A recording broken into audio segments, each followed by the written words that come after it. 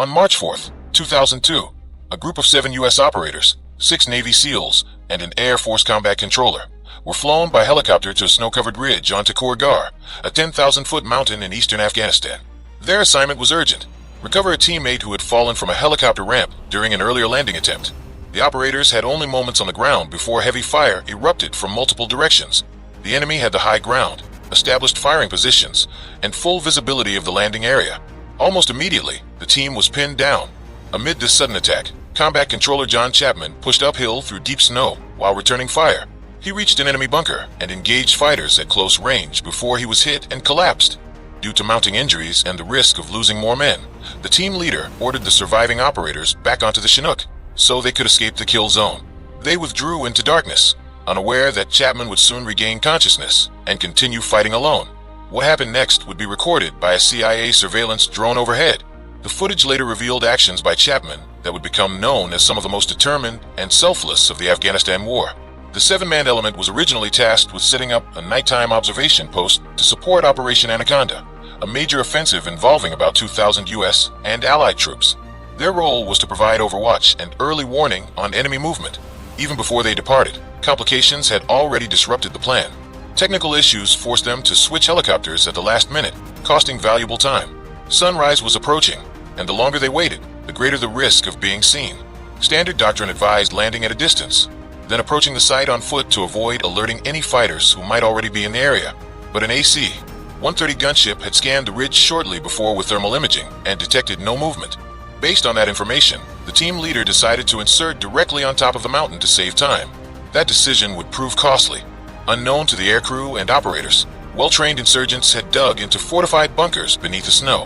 When the Chinook attempted to land, enemy fighters opened up with heavy machine guns. The helicopter's electronics were damaged, and a fire began in the aircraft. As the pilots attempted to lift off, a rocket-propelled grenade struck the rear section. The blast threw Navy SEAL Neil Roberts from the back ramp. In the chaos, recovering Roberts was impossible, and the damaged Chinook barely managed to limp away. The crew executed an emergency landing 6 miles from the ridge.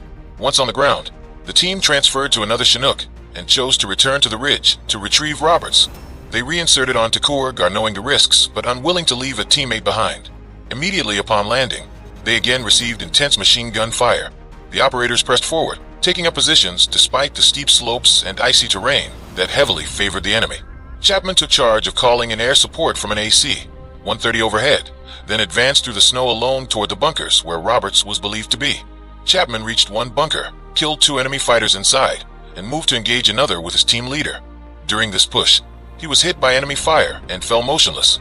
The rest of the team continued fighting but faced overwhelming resistance.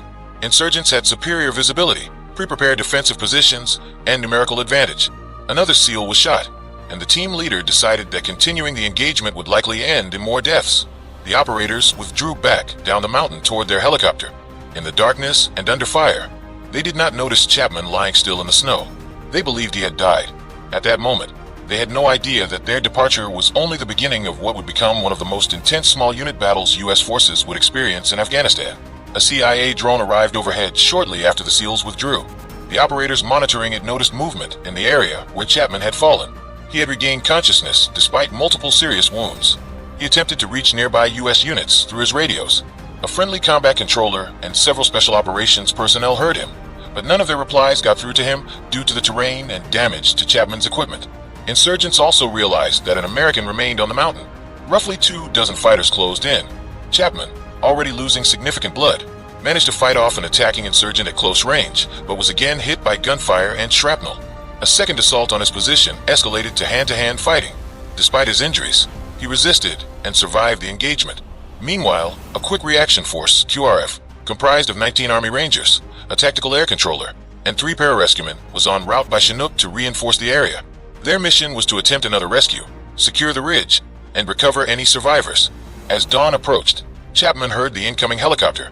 He had 2 options: remain in his partially concealed position and hope the QRF could extract him quickly, or leave cover and provide suppressive fire so the helicopter could land without being immediately destroyed. With enemy fighters controlling elevated positions and already firing at the aircraft, Chapman chose to leave cover. He advanced again toward enemy positions to draw fire away from the incoming QRF. After fighting for hours on his own, With only 2 rounds left in his rifle and suffering at least 16 gunshot and shrapnel wounds, he was struck in the heart and died. As the QRF arrived over the landing zone, the Chinook came under direct fire. One door gunner was killed instantly.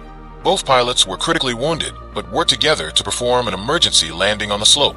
The moment the ramp dropped, the Rangers ran into incoming heavy machine gun fire. Several were hit as they exited. The Rangers moved uphill through deep snow, 3 feet in some areas, while exposed to fire from higher ground. The terrain rose at angles between 45 and 70 degrees, making movement slow and exhausting. Enemy fighters had spread throughout the mountain range and were firing from multiple fortified positions. Mortars and machine guns targeted the advancing U.S. personnel. The tactical air controller with the Rangers coordinated repeated close airstrikes to suppress enemy fire. Even with aircraft overhead, evacuation of casualties by helicopter was impossible. The landing zone was under too much fire, and any aircraft approaching would be shot down. The Rangers pressed uphill, clearing bunkers and pushing the enemy back over several hours of continuous combat. Throughout the day, hundreds of enemy fighters attempted to reinforce the ridge after hearing the gunfire. Despite the overwhelming numbers, the Rangers and supporting aircraft gained the upper hand through persistence, air support, and coordinated movement. Only by late afternoon were they able to stabilize the situation. By around 8 p.m. local time, after nearly a full day of fighting, U.S. forces secured the area enough to evacuate the wounded and prepare for extraction. In total, 7 American service members had been killed and 12 wounded during the battle. 2 Chinook helicopters equipped with advanced terrain-following radar were lost during the fighting. Estimates indicated that approximately 200 enemy fighters were killed, showing the scale of resistance the Americans faced. Later analysis indicated that Neil Roberts, the SEAL who fell from the helicopter at the start of the mission, likely survived the fall and had been captured and executed by insurgents before rescue forces could reach him. However, the exact timeline and cause of death were never formally confirmed. Initially, John Chapman was awarded the Air Force Cross, the second highest Air Force decoration. Years later, further review of the CIA drone footage provided clearer evidence that he had regained consciousness, fought alone, continued resisting, and deliberately exposed himself to protect the incoming QRF. Based on this updated assessment, Air Force Secretary Deborah Lee James pushed for the award to be upgraded to the Medal of Honor. There was internal resistance to this recommendation, particularly from Marine leadership, because such an upgrade implicitly confirmed that Chapman was alive when the SEAL team withdrew. This would acknowledge that a U.S. service member had been unintentionally left behind in a combat zone, an issue with significant operational and cultural weight. Despite the objection, the documented evidence supported the upgrade. In August 2018, Chapman was posthumously awarded the Medal of Honor. He was also promoted to the rank of Master Sergeant. His actions became an example of the level of commitment and responsibility expected in small unit operations, especially under extreme conditions.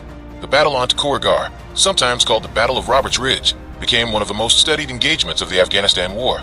It highlighted the difficulties of mountain warfare, the dangers of direct helicopter insertions into unknown terrain, and the costs of time pressure during nighttime operations.